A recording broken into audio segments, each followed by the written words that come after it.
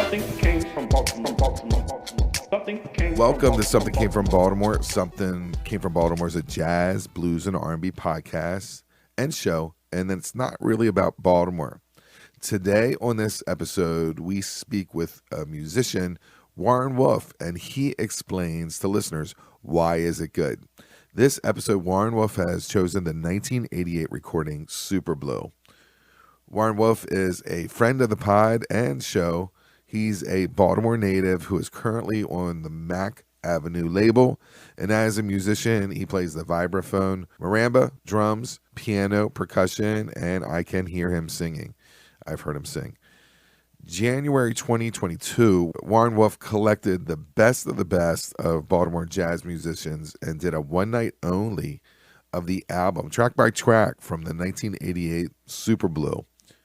Believe it or not, SUPERBLUE is currently out of print, and it's really hard to find on music services. But that doesn't mean that it's not a good album.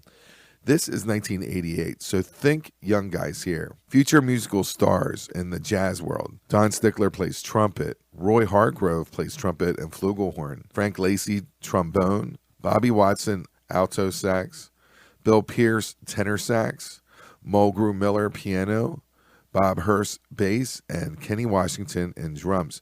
We review the 8 songs from the album, including hits like Open Sesame, Summertime, and I Remember Clifford.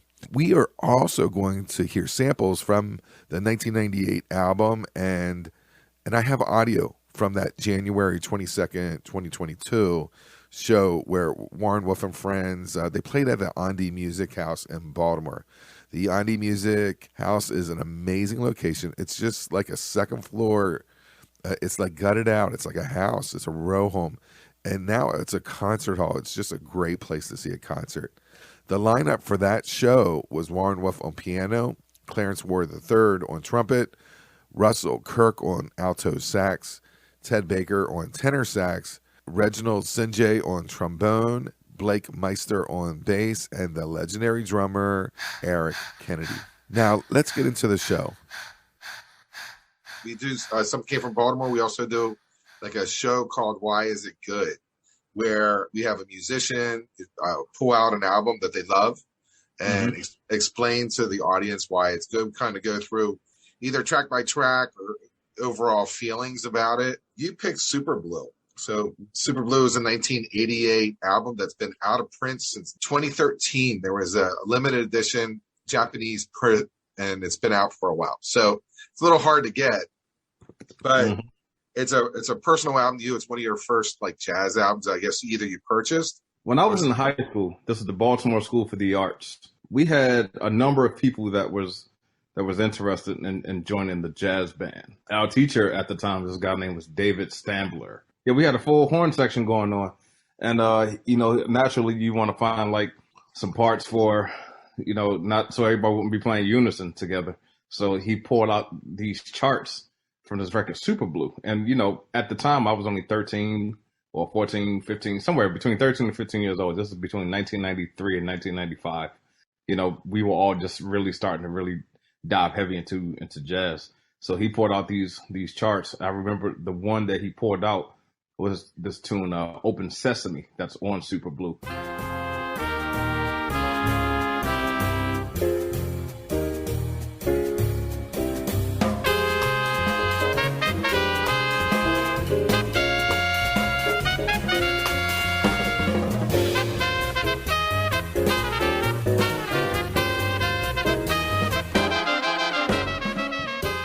And none of us knew what Open Sesame was. We just heard it. It was something fast, something exciting. There was something in minor. And we was like, all right, cool. This sounds great. And, upon a little bit more research, eventually, as the years passed, come to find out that Freddie Hubbard played it, even though it's not his composition. It's composed by the saxophonist Tina Brooks. But it's a great tune. But it was just a lot of fun. So, once we played those arrangements, of course, records were a lot easier to find back then. I remember my mom taking me to the bookstore. I think it was Borders or something like that. Well, Barnes & Noble was one of the two. And I saw that record in there. I was like, ooh, that's the record with SUPERBLUE.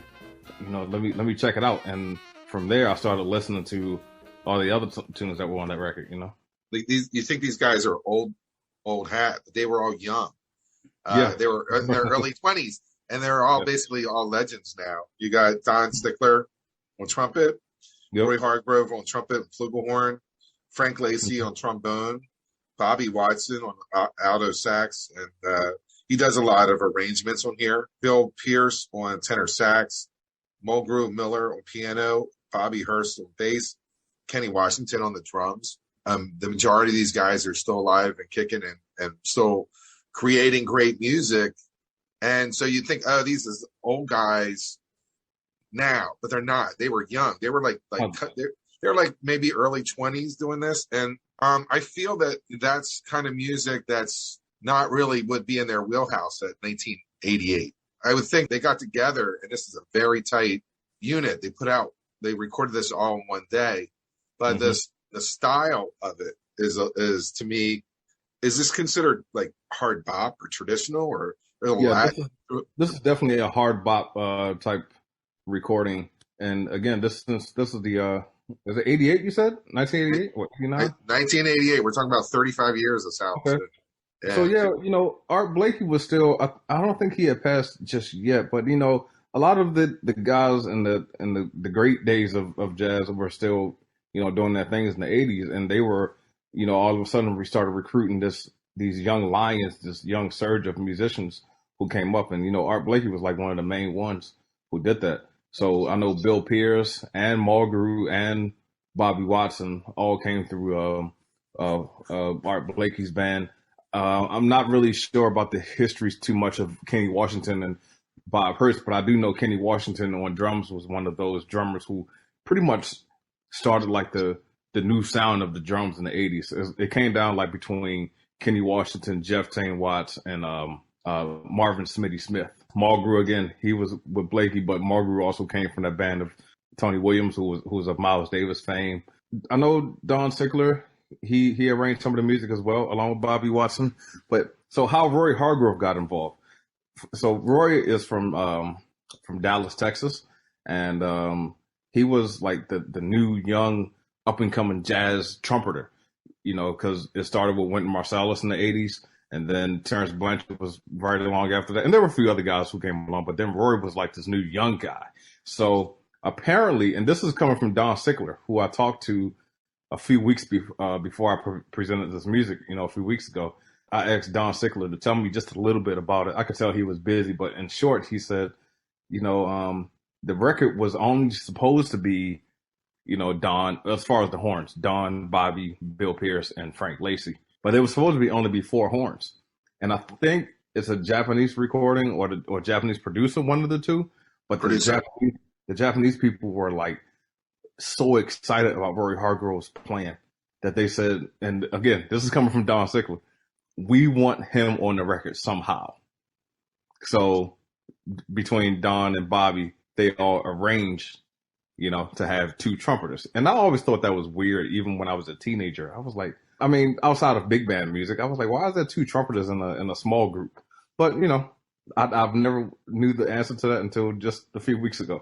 Wynton Marsalis found Roy Hargrove, and Roy Hargrove back then was everything. Like he was just a supernova and waiting to explode, and he just continued. So just to have him on that album, sold records. I'm guesstimating that something that's different about this album is that jazz kind of was in a weird stage in the late 80s.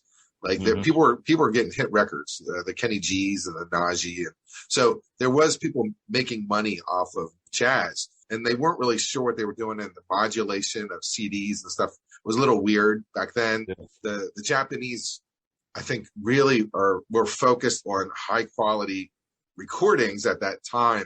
And people refer to those producers and those recordings as like really hot because they kind of stayed in the traditional vein.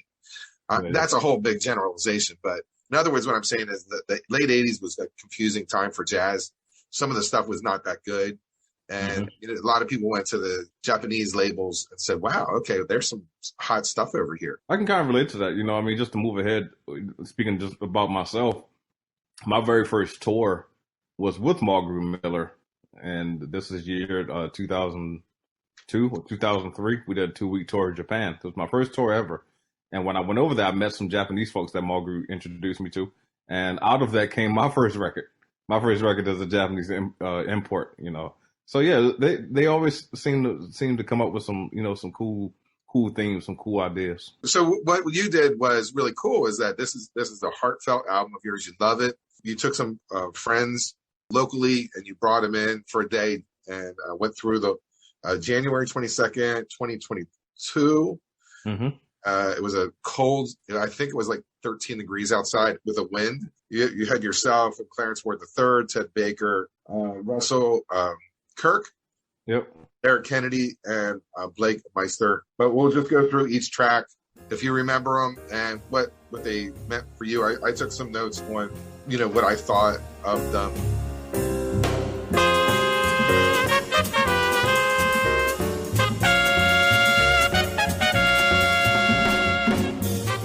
On the very first Freddie Hubbard album, and he used it over and over because it's a shotgun song. It starts out and it hits you in the face with some major sounds, and it's a really good song. Has some Latin overtones to it, which was pretty original at the time. Mm-hmm. And it had a weird, like, I was like, oh, it's like Doc Severinsen, Maynard Ferguson vibe. And I said, is this hard bop or what is that? What is going on here? So this song is definitely hard bop. It starts off with the entire horns just doing like it's a 4-chord passage, and then they lay out, and then the piano come right in playing the same 4 chords, and then the melody jumps in.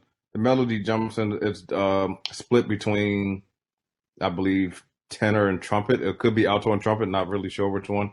And then eventually, once they play it the first time around, they start to add some little horn sections to it, you know, in harmony and things like that. And then once they finish the melody up, you know, like I said, we go straight into Bill Pierce on tenor saxophone. I believe he takes a few choruses, followed with some, on his second chorus, they do some horn hits along with the drums. And then right after that, I vividly recall it, because I used to listen to this record so much. Frank Lacey jumps in with a great trombone solo.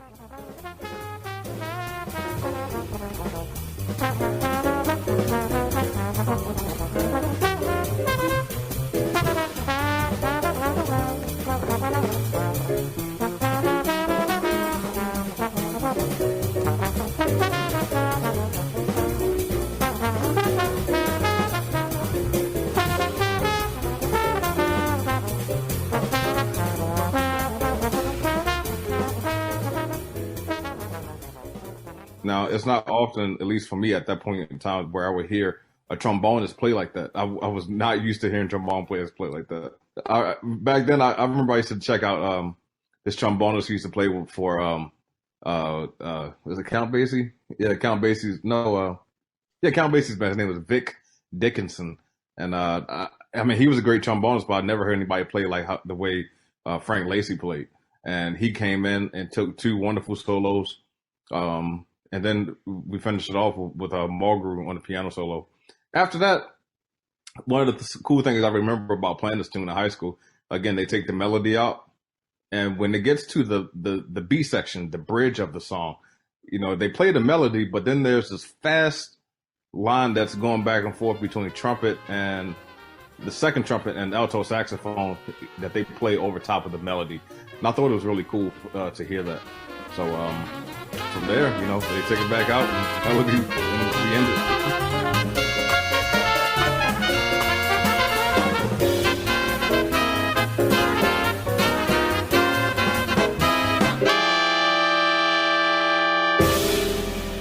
Yeah, what's great about this whole album is that each solo services the song. They're not really indulgent. They stay within the parameters of the song, but at the same time, they're original. Like the next song, Summertime, is obviously a Gershwin song. It's played to death forever. All of the solos on there and the changing of the tempo, the arrangement is really hot. Like you almost forget it's Summertime halfway through the song.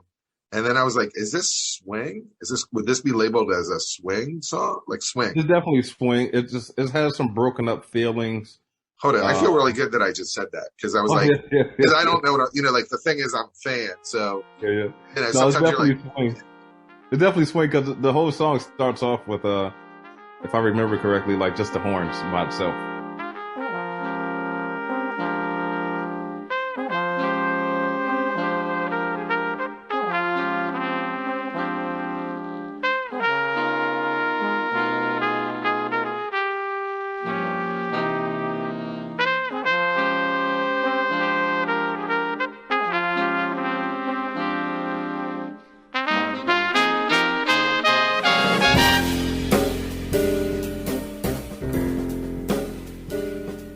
And playing the melody, and then the band comes in, and the trio between bass, drums, and the piano, they play like a Elvin Jones's type feel, like something that he would have played with John Coltrane back in the day.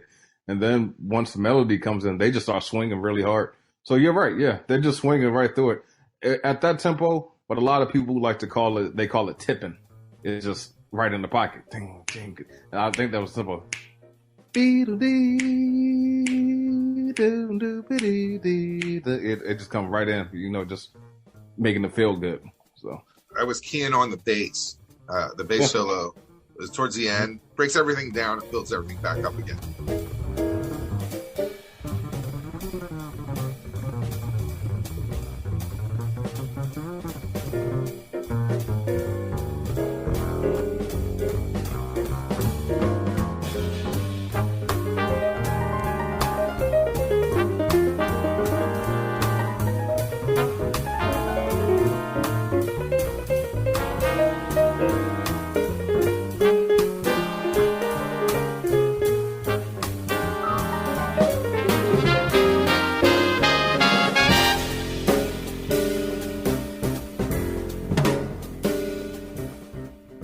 We got Marvelous Martin, which is a Marty Scheller song. Mm-hmm. And it sounds like it has that Latin vibe to it. Yep. And this whole album has like a small wave of Latin influence through the whole thing. Definitely Latin, got some great solos, still have some elements of swing in there. I think the one thing about this tune that I really like, they stick. I mean, the song isn't straight ahead, it's in a 4/4 time signature, but then at the top of the form of every song, when the third bar comes around, they go to a different time signature. They go to a measure of 3 and then back to 4, swinging it out. Again, Frank Lacey takes a great solo on this one. From my memory, I can't remember who else. I want to say there's a trumpet player, and then there's piano again. But it's a great tune. Now let's listen to Warren Wolf and Friends live. It's Marvelous Martin.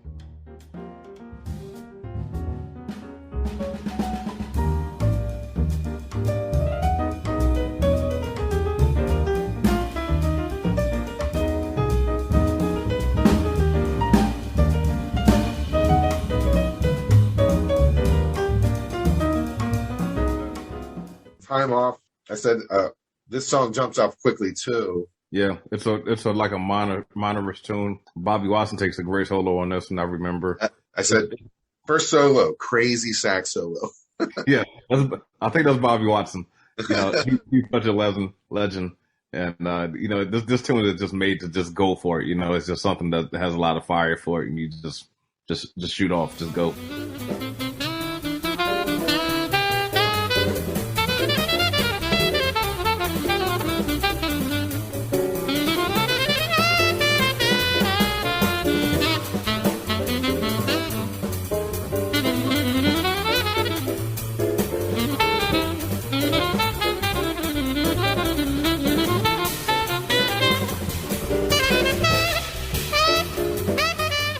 Four songs that just are high charged, high power. There's no rest.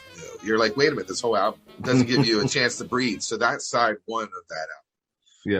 When you go to side two, you have I Remember Clifford, which is a Benny Golson song. I think Roy took the lead on that song. Roy Hargrove. Beautiful ballad. I think from what Don said, they just kind of made those. Actually, Bobby Watson told me that. When it came to the arrangement of this, they just kind of came up with something very quickly to sound good in the studio. But great tune for a trumpet player to play. I think all trumpet players should know this tune. I think Roy did a great job, just doing what he does best, just being Roy. This next one is by Benny Golson. This will feature Clarence Ward on trumpet or flugelhorn. This is titled I Remember Clifford.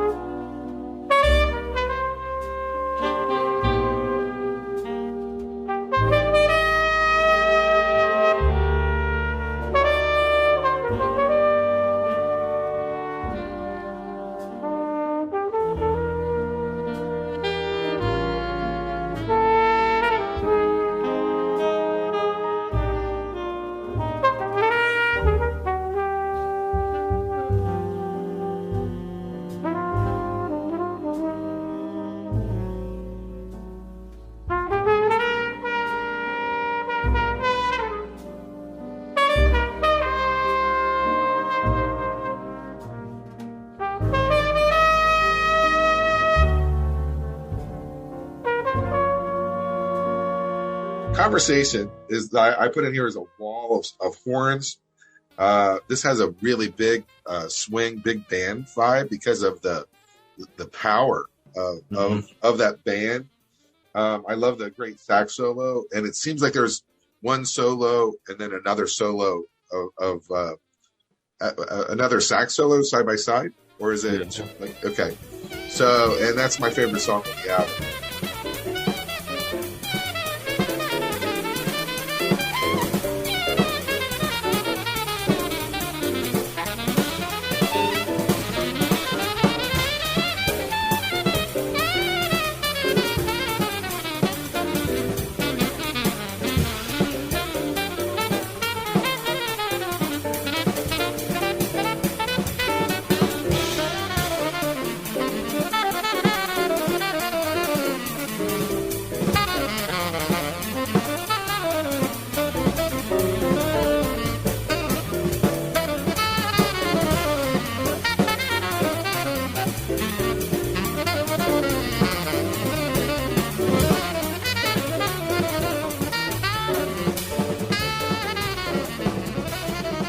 Bobby Watson, this was like, it seems like it's a fresh song for the, I couldn't find anything before it.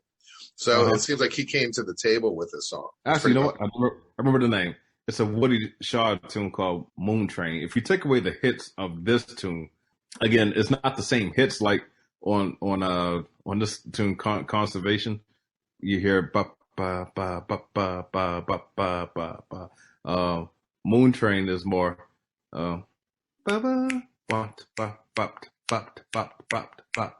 So it's kind of altering, rhythms going on.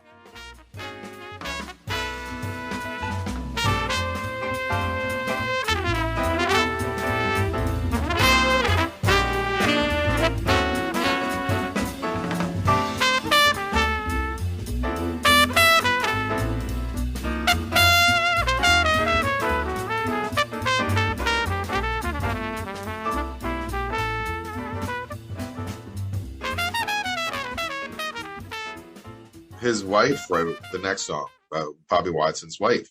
Yeah. And how long were they together? Are they still together? Like, what is? They're still together. Pam Watson, she's a wonderful composer. They're both living out in Kansas City. Bobby Watson just retired from University of Kansas after teaching there for almost 20-something years. Beautiful tune. One of my favorites. I love because it's like a straight A, like Latin feel almost. Rory actually recorded this tune with his quintet on a record called Tenors of Our Time. But it's a beautiful tune. It, just nice major key. The B section goes, to a different side of the composer with the trombone doubling the bass line of some parts. But just a nice, really just chill song. At least how I like to think of it. You can imagine someone kind of dancing to it. It's like still like a Latin, like bossa nova, Bossa nova, more bossa nova. Yeah.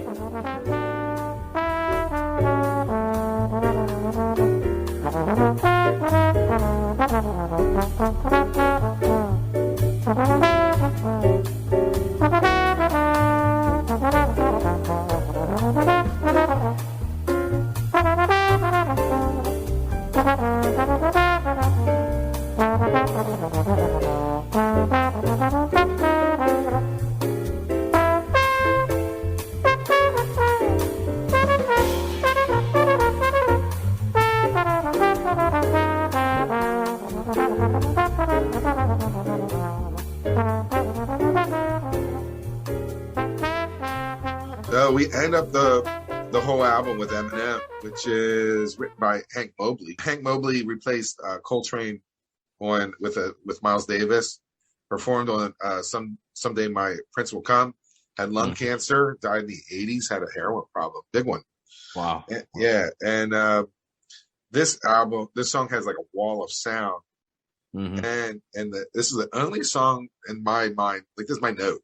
It only ends with a ta-da at the end. You know, it's like everything else is like it's a hard end and it's bang.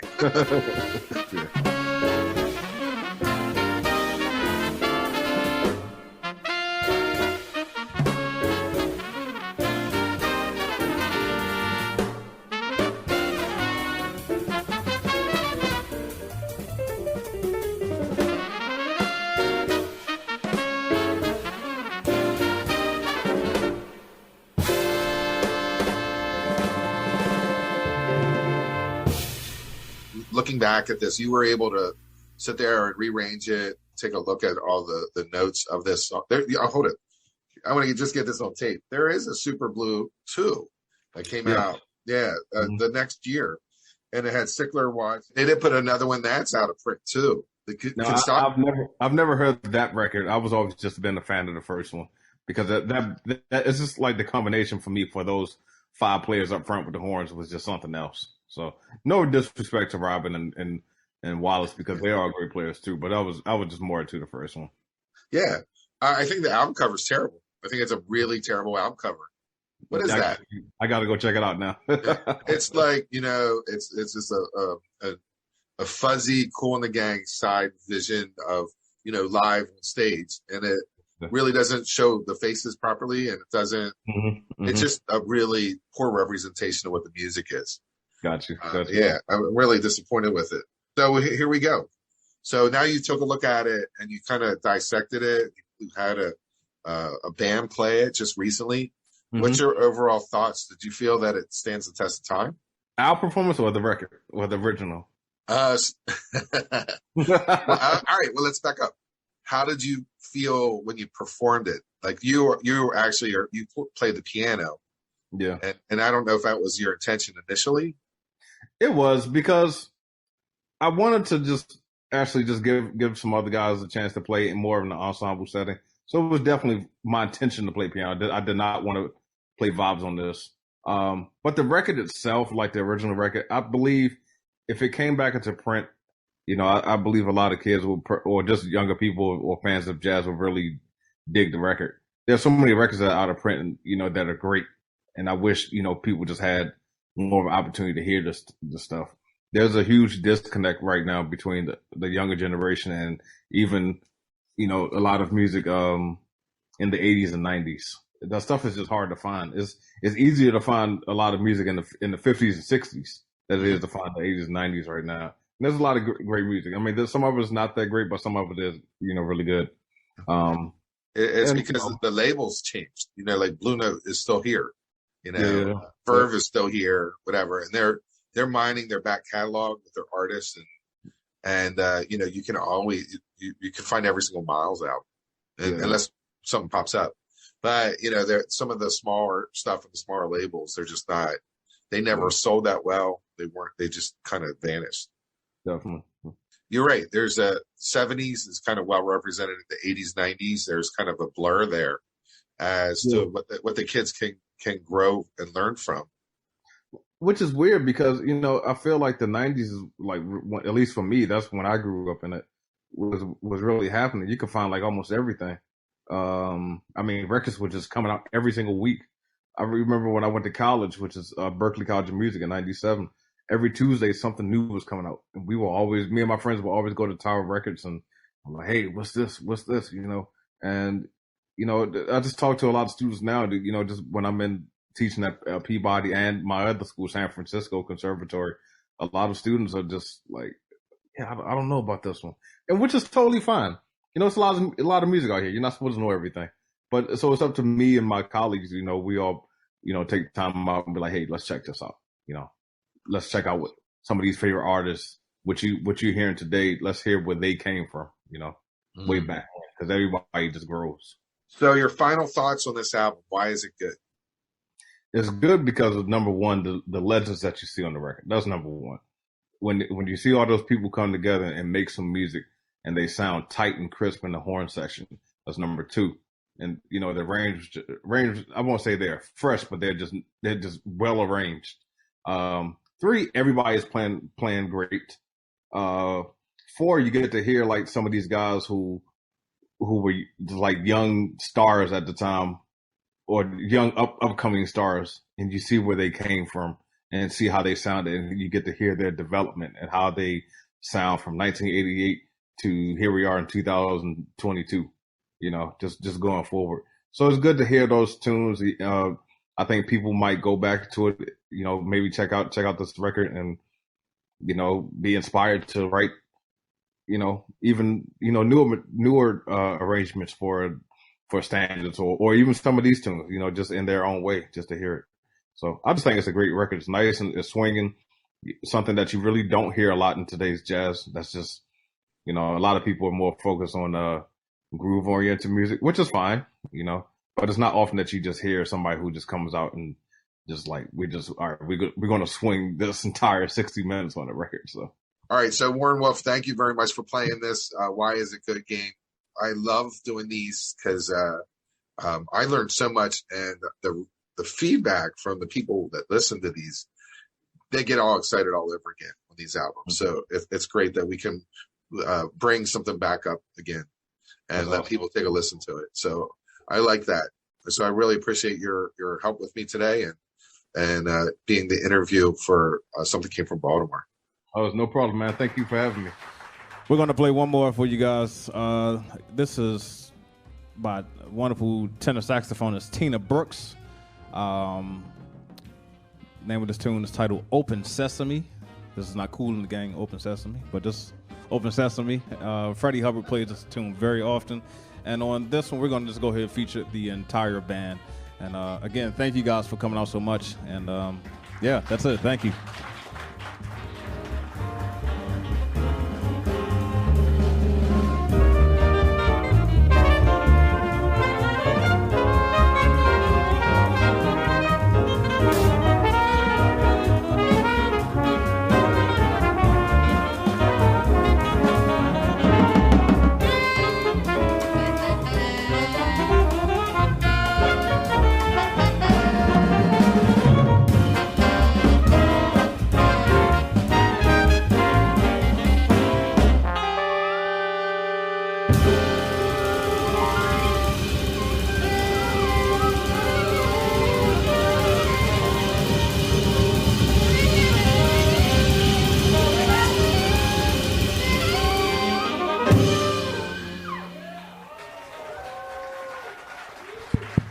Thank you guys so much. One more time. Clarence Ford, Thaljan, Russell, Ted, Reginald, Eric, Blake. My name is Warren Wolf. Everybody get home safe. Thank you so much. Good night. I hope you enjoyed listening to today's show, and we thank Warren Wolf for his time and his ability to tell us why is it good. It's SUPERBLUE. And now you're excited to listen to this album. It's out of print. You can hear a couple tracks on YouTube. It's hard to find online, and you can always find it as a used CD somewhere. But if you want to hear the January 22nd, 22 concert at the Ondi Music. It's only $10. I have that link in the show notes. You can hear Warren Wolf and Friends do their one-time only show of Super Blue. The show is over. Have a great day.